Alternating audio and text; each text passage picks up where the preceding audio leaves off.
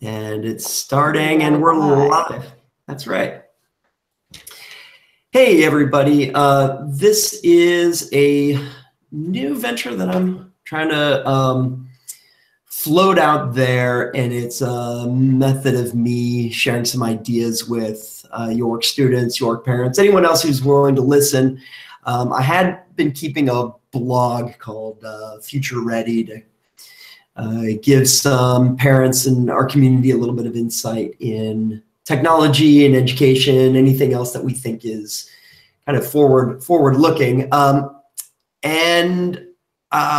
name is Kevin Brookhauser. I'm the director of technology at York School, if we haven't met or you don't know who I am. And the reason I'm here today particularly is because Cami Torgenrud, our teacher, our technology and information literacy teacher, has asked me to talk a little bit about digital footprints and share my thoughts with the current 9th graders about maintaining an effective digital footprint. I thought this was an incredible opportunity to bring in the person I think is the smartest college student I know about having an effective digital footprint.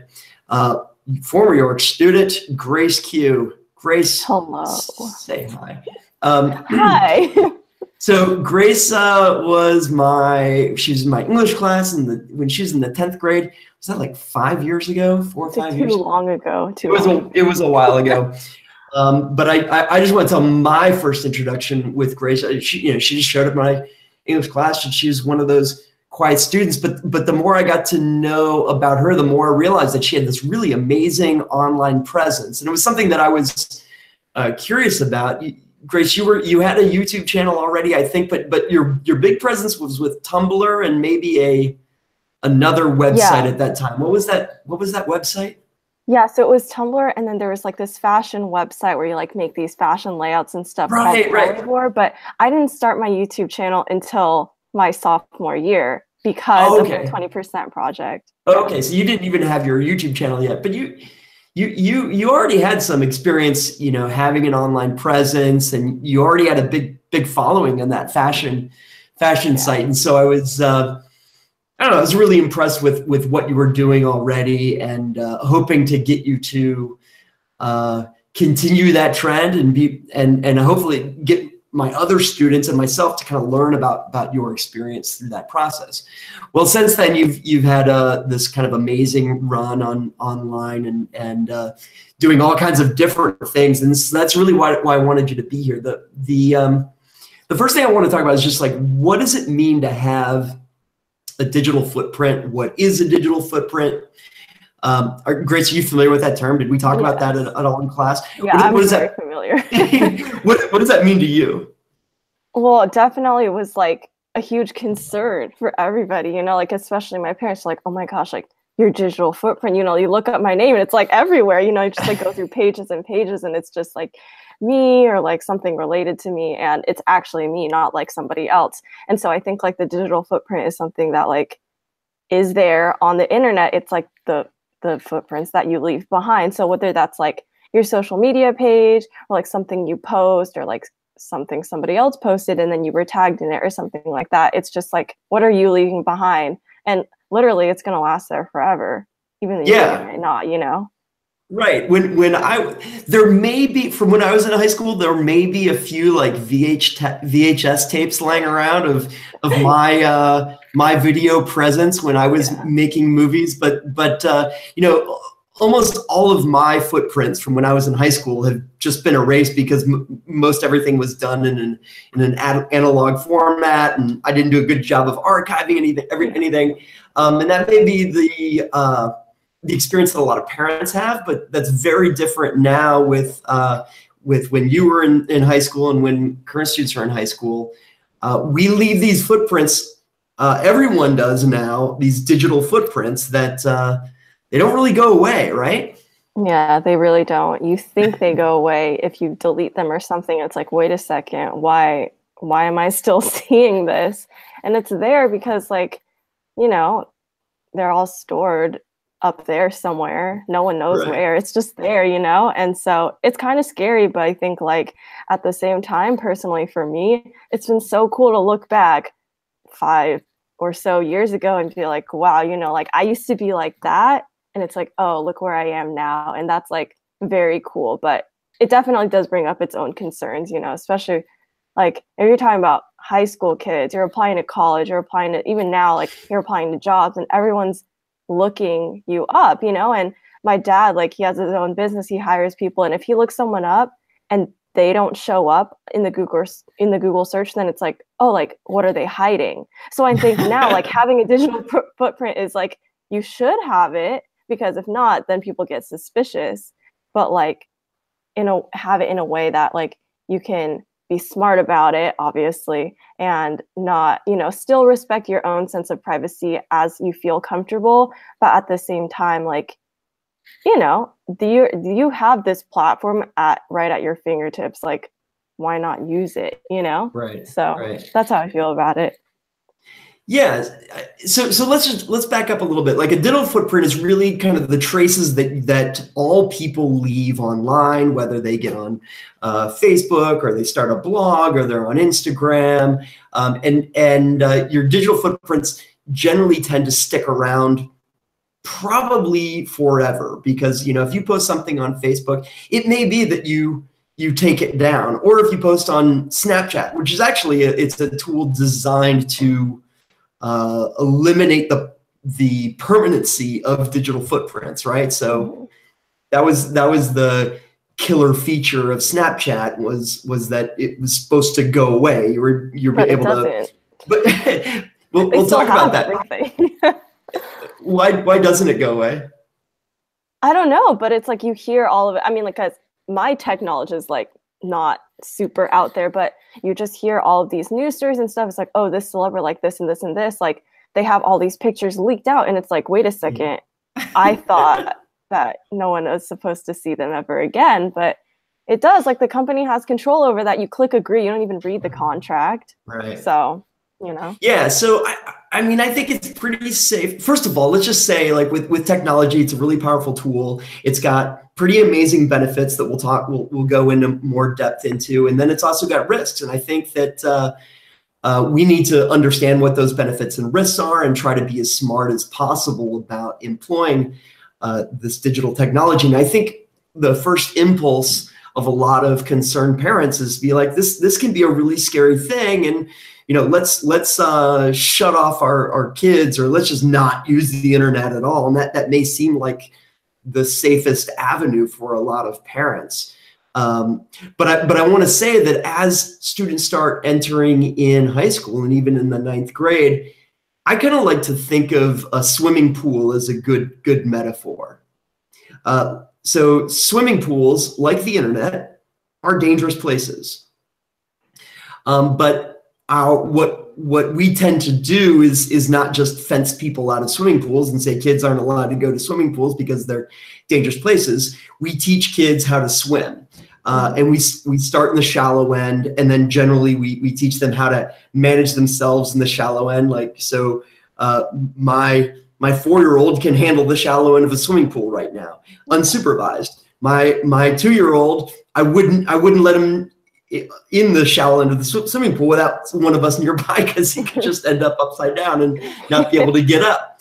But as we get by, we tend to give students more and more freedom, and at some point, a kid learns how to swim and learn how to stay safe in the pool. So I think we should take a similar approach to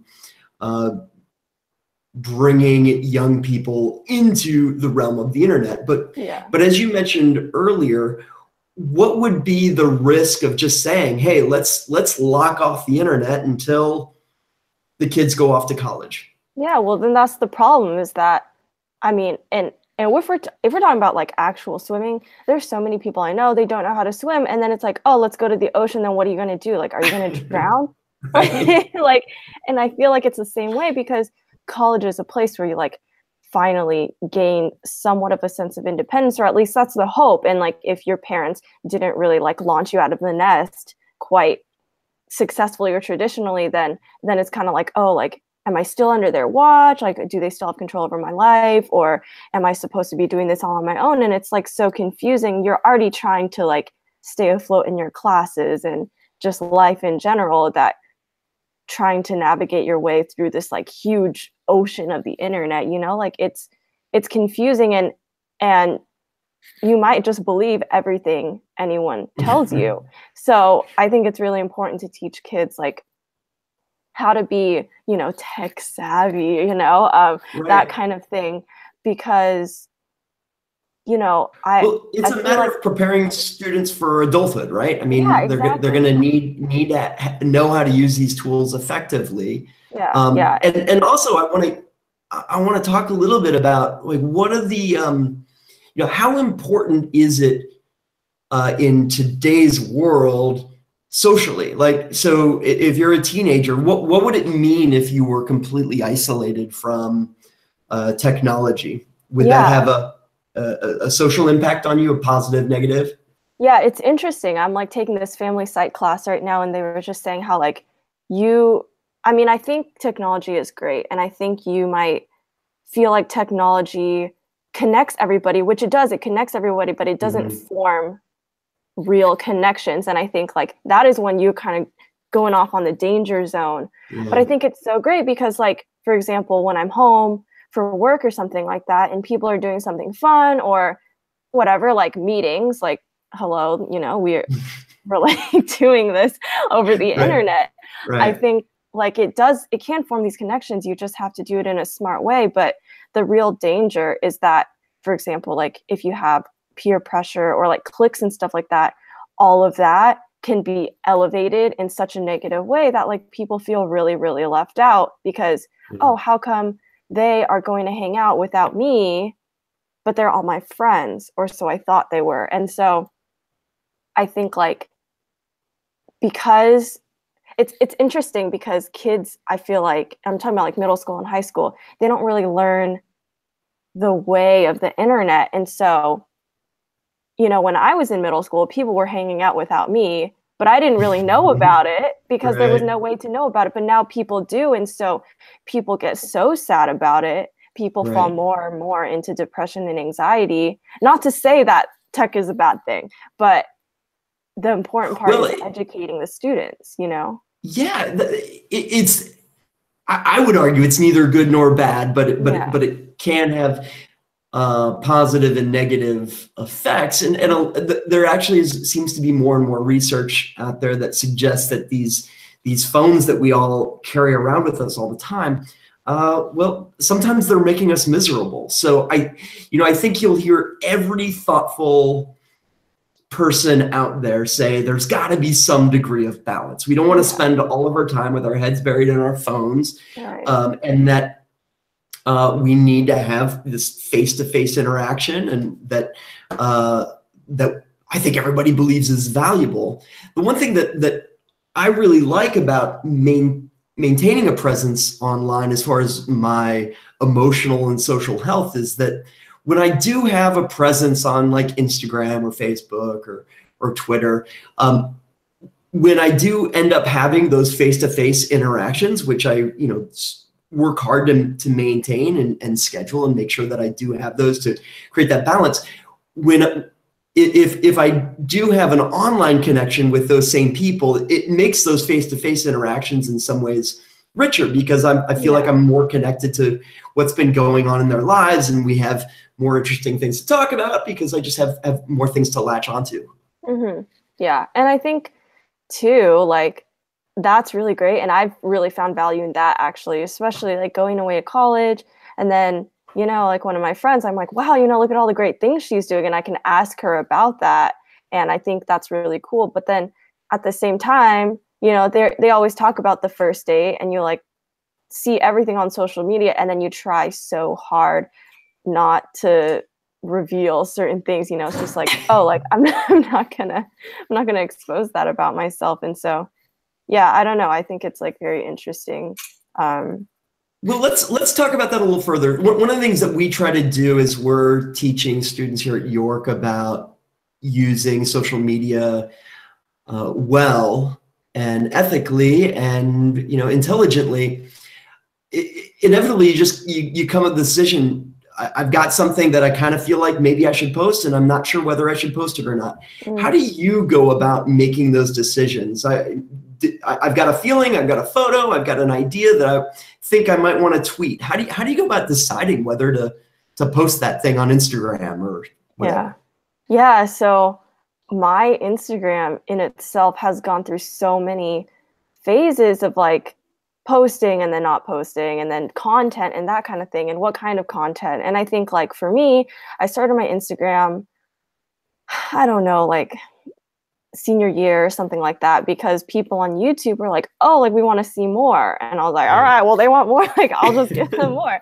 And I think like at first I was like, I don't feel comfortable. Like I don't think I want to post pictures of my face that much.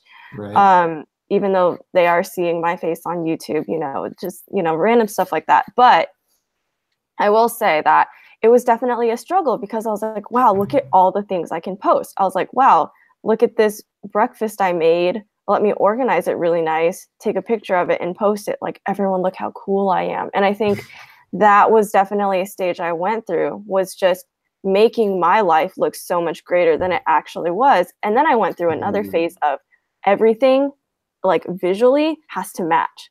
And so I know, so ridiculous. And I'm a photographer. And so I would find all these things. I would take these pictures and edit them in the same way that it would match. And I'm like, wait a second, why is my caption just an emoji? Like, what purpose does this serve? I'm pretty sure no one wants to look at another palm tree. And then I went through this other phase of just like, and which is where I am now, I think, is just being real. And I think like, just posting pictures that really showed more about my life and like how I'm doing and what I'm doing in college versus this is my cool breakfast, you know? And I remember fall quarters of like this past fall quarter of my sophomore year, as I'm a sophomore in college. And I came upon this hashtag of 30 dot, which is 30 days of thankfulness. And I was like, you know what? I think I'm going to do this because people are following me, whether they followed me from like YouTube or whatever, or they're like my actual friends in real life. How many times do you get to have really deep conversations with your friends on the day-to-day? Like never. I mean, I do it with my roommates sometimes, but you know, you don't really get that opportunity. And so I think like posting about it and being like, oh, you know, I'm thankful for my friends. But then some days I'm thankful that I'm able to be sad because I wouldn't know what sad is if I didn't know what happy was. And so I think like then saying that and then saying how, you know, some days I'm just feeling really sad or whatever it is, and being really raw with whoever's reading. And then I'll have people commenting, and I'm not asking for the comments, but it's just like, it's like, oh, Grace, like blah, blah, blah, like I understand, or I'm here for you, or thank you for inspiring me. And I'm just like, wait a second, like I've literally only talked to you once. And I think that's so cool. And then now I go hang out with him and his friends and we go take photos together. And so in that way, it really forms those great connections. And I think one great thing about knowing what to post and what not to post is how do you feel about it and what is the intention? Because there's people who do Instagram for a living. So of course they're going to need to make themselves look cool because this is their job. But when we're talking about on a more personal level, it's like, would you be willing to share this with your grandparents, your family members, your friends? Are you willing to do that? And if the answer is yes, then share it. Yeah. Not to mention colleges, future job people, all that stuff. So if you're willing to have them see it, then I would say go for it. And if you think that, you know, having a little wild of a time in downtown isn't really gonna go over well with your grandma, then you know, maybe don't post that, you know? And so there's definitely like a time and a place, but using the platform to the best of your abilities. I think of it as the New York Times rule. If you wouldn't want it on the cover of the New York Times, and if it would be really rough on your life, if it ended up on the cover of the New York Times, then you probably shouldn't post it. Yeah. First of all, I would just say that there's no single rule of, I don't think there's any single rule for everybody, blanket statement about what you should post and what you shouldn't. People have different goals for having a presence online. Like you said, Grace, some people, their career depends upon having a very huge presence online. But I would say that you probably shouldn't post anything that you wouldn't want anyone else to see, because Exactly. even if it's a tool like Snapchat, which is designed to expire, and you even I actually, like, I've given up on Snapchat. I feel like it's done, but maybe Yeah. it's not. Who knows? I But don't know. it was there was if someone took a screenshot of one of your snaps, then you would get notified, right? Isn't that what happened? You're But doomed forever. yes, right. But I mean, the thing is, like, I think it's safe to assume that anything that you share online, it could relatively easily get published to the entire world. Absolutely. So that's out there. The other thing I would say is, though, to temper that that may seem kind of scary. So you would want to be careful about what you post out there. But then I also think that we're starting to become more tolerant of a digital footprint that may include some mistakes from your youth. That I think we just kind of live in a world where we're going to have to forgive some published mistakes from the youth. I would recommend trying to make mistakes or try to do something stupid, but I think that, you know, if a weird photo gets leaked out there, I don't think that spells doom for anybody anymore. Right. But I think, like, when a weird photo gets leaked and you are in that season of life, then it feels like it's, you know, but yeah. but if it's like something from a long time ago, I mean, I kind of see it where it's like, oh my gosh, like, my mom took pictures of me when I was a baby. I don't want anyone to see them. But if people saw it, I'd be like, you know, like, I was a toddler, you know, and that's okay. But I think, like, I don't know, like, people are getting so used to it in a way that, yeah, I think we should forgive and that kind of thing. I think that's really important. But at the same time, like, I don't think that it should be excused, because I know for me, it can be excused kind of, because when I grew up, that was like the beginnings of it. We were barely coming out with these social media things and it was so new. But now, like, these kids growing up, they've had it all their life. And so, you know, in a way, there is an excuse. You know, kids, they're young, maybe not making the best choices, but I think, like, you can be educated about that. And I think we do try too. Even my mom tells my brother, like, oh, maybe you shouldn't post that. Like, how is so-and-so going to feel? And so we are making a step forward. Yeah. But well, and if you think about it, it's fascinating. There's lots of new issues that just hadn't come up before. I mean, you look at the Me Too movement. Well, there's now behavior that's just that guys used to get away with. They just don't get away with it anymore, because there is now digital evidence out there that that I think it's had a positive impact on society. Now, like, guys can't be as awful as they used to be. Be able to get away with. I mean, even like regarding the Me Too movement, like, that is definitely something that hits really hard for me personally, you know, and like, seeing so many people come out and say that was really impactful. But then there's the flip side of it where it's like, oh, I don't want to say Me Too because so and so and so and so follow me and I'm not ready to tell them yet. Yeah. And then it's like, oh, like, what do I do about it? You know? So obviously with everything you have to have balance, like, you know, but it's really tricky because we are just so connected to everybody, even on Facebook. Like, Facebook is probably one of the things where you literally follow everybody you shake hands with, you know? And I feel like for me, Instagram is a more public place, yet it's a more private place, because if I met you one time, you're probably not going to know about my Instagram. But if I met you one time, you're probably my friend on Facebook, you know? and so, like, there is that level of like, okay, well, everybody is in your circle now. But in life, you have different circles of connectiveness. You know, you have like your close friends and you have acquaintances and stuff, but on Facebook and social media, everyone is in one circle. And so it's really hard to separate that. But I think, like, social media should be kind of like a supplement to your social life, not a replacement. So That's what I have to say. Let's tackle those two big social networks, Facebook and Instagram, which, by the way, they're both owned by Facebook, right? But they are the biggest, the most important social networks out there for people in your generation. Is that true, Grace? Yeah, I would say so.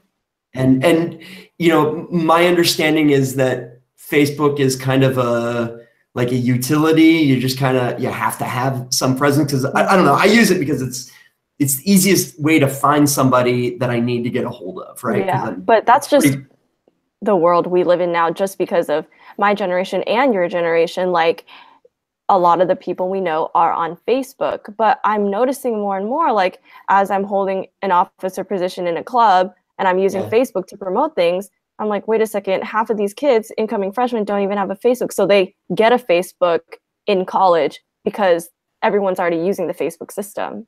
Oh, really? So so people are going to Instagram first, right? Is that? I don't know. Like, it's just so hard to spread information on Instagram. You just keep scrolling and you don't even read anything, you know? Right. But it's my understanding is that Instagram is the dominant social network for high school students. It's not an effective way of like promoting a group or communicating with a group of students, although there are newer and newer chat applications. Like I can't even keep up with all of them, but WhatsApp and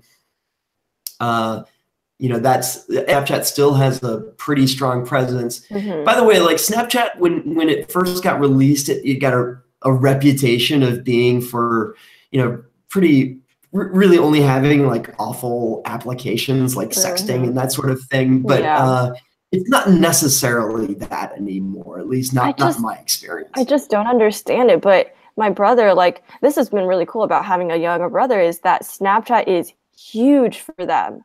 They use it all the time, and I don't. But what I'm saying is that if parents find out that their kids are on Snapchat, it doesn't mean that they're necessarily doing awful things on Snapchat. I experienced that with my parents. My mom was like, "Oh, Snapchat? Like, don't people use that for da da da?" No, No, it's people are using it for all kinds of different things, and it doesn't. Yeah. It could be bad, but it's not necessarily bad. Anyway, we at York don't necessarily recommend that students take on particular or sign up for particular social networks, but it's certainly true that at York students are using Facebook to kind of communicate among each other as official groups. York obviously has a Facebook page that we encourage community members to be a part of, because it's just a great way to communicate and share ideas. And you're saying that when students get into college, that Facebook is kind of a pretty important tool that students use to rally around clubs. Yeah, just because people are already using it. And so it's really hard to change out of that system. So, you just use it out of necessity at that point. Yeah. Now, Twitter certainly gets a lot of press, and I've been on Twitter. I know you've been on Twitter for a while. What's your experience with Twitter? I don't think it's getting used very much here at York. What about at where you are now at Cal Poly? Yeah, it's interesting. I think a lot of people do use Twitter. I think my circle of friends, we don't use Twitter. That's just the way things are. I have a Twitter account and I scroll through it occasionally, and like, it's fine, but for some reason, Twitter to me personally is just an additional thing I have to post on. I'll post on it occasionally, and I'm like, I don't even know why I'm posting this, but I do enjoy scrolling through it just to like get little quick bits of stuff. But I mean, they increased the character limit or something. I don't know if that's still a thing. Like, I'm definitely not in the loop about Twitter. And people used to joke that Twitter was like for the old people, but like, honestly speaking, Facebook is for the old people, Right. I noticed that that connectivity, or however you say that, where it is early in the morning. I noticed that you have that relationship with like other Google educators, for example. Yeah. And you guys have your things, or like, for example, I remember in high school we did the that chat thing where like you posted a question or something and then everybody would chime in with their answers, and like that was super cool. But oh, right. Obviously we're me, like as a college student, we're not doing that, you know? And so I don't think we're using it as much, but people do. Twitter to me feels like an obligation. Like I'm never excited to go on and post, but I feel like I need to because of the fact that I do want to have a strong presence out there. And you know, you as a photographer and as you've got this really great career in front of you that's going to involve some level of technology, I'm sure. But there's a benefit to having a presence online. And you know, I want to say one of the things that we're going to be doing with the ninth graders is we're going to go away from the Eportfolio model, which is something that we've had more or less success with. It just hasn't really caught on, but we do believe that it's so important that students do have some presence on the web, so that we're going to invite students to create a personal website, and that they can decide what they're going to do with it. But we do believe that it's important to have some presence on the web.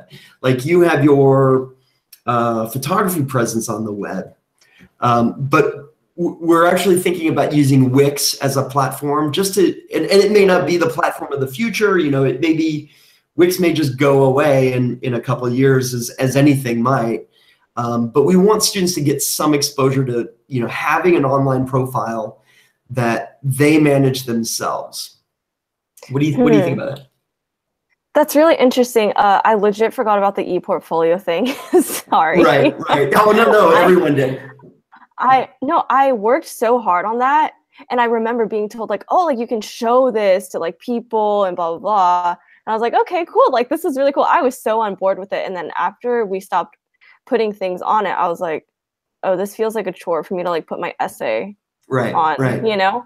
I think the website idea is pretty good, but at the same time, like I think the only reason why people forget about it is because they don't use it. They don't find a purpose in it. And I think for me, especially being a graphic communication major, like having some kind of online something or other that showcases the work you do and showcases your craft is super important, because you can put that link on your LinkedIn and people can look at all your work. And I think that's really relevant in my life now. But when you're in high school, it's just so hard. Like, if I had an e-portfolio in college, I would probably use it because it would be a consistent thing. And I think the website is such a good idea, but I think like in theory, it's such a good idea. But the issue is that the students these days having a personal website where they can put anything they want doesn't really serve the purpose that it is intended to be for, because they are like, oh, well, I already have an Instagram.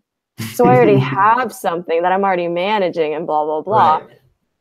And I don't know, maybe that comes with growth and maturity and realizing that you need to be proactive about the future or something. I don't know. Well, I know, so there's a couple of things that we're pretty sure of, and what you said at the beginning of this conversation reiterated that, is that when your father is looking to hire somebody new, I mean, they do an internet search, right? And see if this applicant comes up on a Google search. And I don't think that that's happening to our students right now, that they're getting their online presence searched by potential employers or whatever. But I think that almost all decisions are going to begin with an internet search, especially a recruiting decision. And you know, if you're looking for a job and you're going to want to know what comes up when someone searches your name. Yeah, I do that all the time. And wouldn't you want to have control over what that top search result is? Yeah, and I definitely agree with that. So that's why I work so hard on my photography stuff, because I want that to be the top, you know? Right. Yeah. And so as you know, as we're, you know, here at York, when we're hiring potential teachers, it's what we do is we do Google searches. And when a teacher, an applicant comes in and says, here's my website, and click here to learn more about what I do. And if they do have a strong presence online and they've got materials to back up the kind of work that they've done and the experience that they have, and that's incredibly helpful, and it can help any applicant for any position or an internship really stand out. So we think that that's probably going to be the future. Everyone's going to need to have some sort of presence online, right, yeah, and maybe social media presence is going to have a big role in that. I still believe that some sort of profile is pretty important. I agree. Yeah, I think like the idea is so great, and I'm so for it. Yeah. But with everything, I think the execution is so hard, especially when you're dealing with students who are just trying to figure things out, you know, and Right. I was there and I'm still there, and it's interesting, which is why I personally could never be in the role that you are. I'd be like so stressed. I'd be like, I can't even figure out my own life. Like I'm trying to lead all of these students, you know? Well, we may have, and these ninth graders, I hope they're listening right now, they may build this website as we kind of recommend them going through with a little bit of a bio and being thoughtful about what they want their footprint to be. And that thing may just wither away on the vine and never like see the light of day again. Right. But what we really want them to do is just get some experience of knowing how to do such a thing if they decide that that's an important thing that they want to achieve. Yeah, and I think that's great because having a website is way more relevant now just because of the tech we have now and the accessibility we have to making websites than like an e-portfolio. Because when I did the e-portfolio, that was really good, you know, just for that time. And I think technology is always forward moving, and so you just have to move forward with it. Right. Cool. Well, let's wrap this up. Do you have any other final thoughts for as someone who's gone through the path that these ninth graders at York School have gone through? Does it have to do anything to do with digital stuff or anything? No. Okay. One of the greatest things I learned from high school, and I know, okay, so like I go to Cal Poly. And our motto is learn by doing. Yeah. And it is a joke to some people because it's like, learn by doing.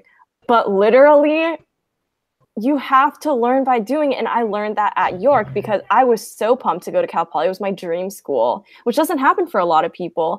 And I was really pumped about it because I was like, you know, I'm not just going to show up to class. I'm going to show up to class and do things. I'm going to make things.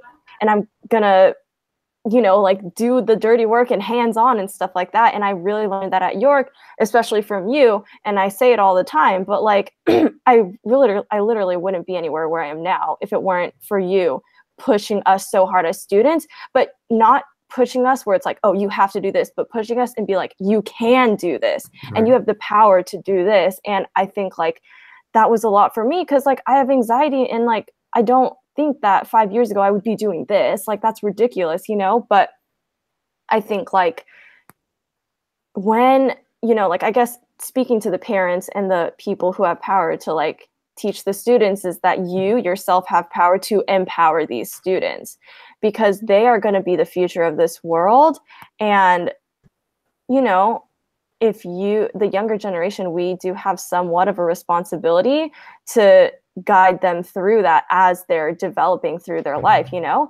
And then the other thing is that if you're a student, like just try it, you know, you really never know where you're going to end up unless you don't try whatever it is. Like I didn't think that, you know, for example, I started out on this like fashion website and now I just wear sweats all the time, like, you know, but I didn't want to show my face to the internet because at that time it was like, oh my gosh, if you show your face to the internet, something bad is going to happen. And I remember I was like, you know, if I get this and this number of likes, I'm going to show my face. Like I made a huge deal out of it.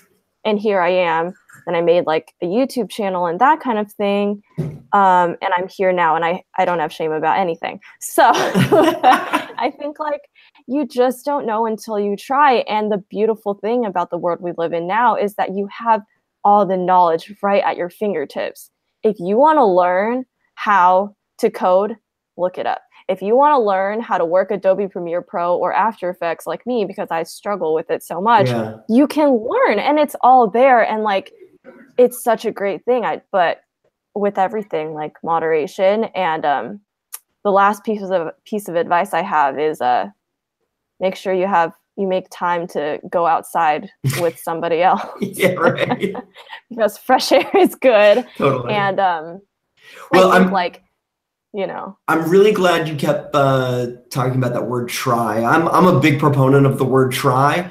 Yeah. If you watch Empire Strikes Back, Yoda hates the word try. He says do not. There is no try. It's only do. I think Yoda's wrong there. I think try is fantastic because it has the potential for failure built into it, and that's okay. You try things, and some work, some don't work, but that's totally how we learn to do things, and that's really what made me admire the work that you did so much, is that you're willing to take risks and try things even if you didn't know you were going to succeed. And I think especially for people in our population, they're so driven to succeed that they're worried about failing. So and they're holding themselves back. Absolutely. And then finally, I also wanted to say about the kind of risk of being online. If you only watched like the evening news, you would think that there's this mass of strangers out there looking for someone to post online and predate on them. And I just, there may be some risk of that, but it's really slight. At least that's my experience. Yeah, I mean, like, we take a risk by driving our cars. Right. We still drive our cars, you know? So just drive safely. The risk. Yeah, just be safe about it and be smart about it and educate yourself about it and surround yourself by people who will really support you. And like, I'm always down to support anyone, you know? So at least you have one person on your team. So Grace, if anyone wants to kind of see what you are doing publicly online, what's a good way for them to, learn about what you do and kind of use you as a role model? Because I think you are the perfect role model in a lot of ways for a lot of our students. Yeah. So my last name is like complicated, but not really. So you can definitely just Google me. But I think one of my huge places, I guess, is my Instagram, because I use it the most. And so everything is just at Grace Khieu, and my last name is Khieu, pronounced like the letter Q. So ridiculous. I know. I didn't make it up. I didn't choose this life. But just like if anyone wants to, I don't know who's watching this, but if anyone wants to message me about anything, like one thing I've come to terms with is there was a time in my life where I was just so angry of like, why did I have to go through these hardships? And I think seeing like the good that's come out of that, being able to share my story with other people and being like, you know what, you've been through this. Like, I definitely understand you because I went through the same exact thing. It's huge, but you have to reach out first. And I'm not going to be able to, be like, hey, so-and-so, like, I know you're going through this, because I'm not going to know. I'm not going to know everything. But I think like that's it. Like, that's where you can find me. Just search my name up, and I'm everywhere. All right, do a Google search. That's how we find each other. It's on Instagram at Grace Khieu.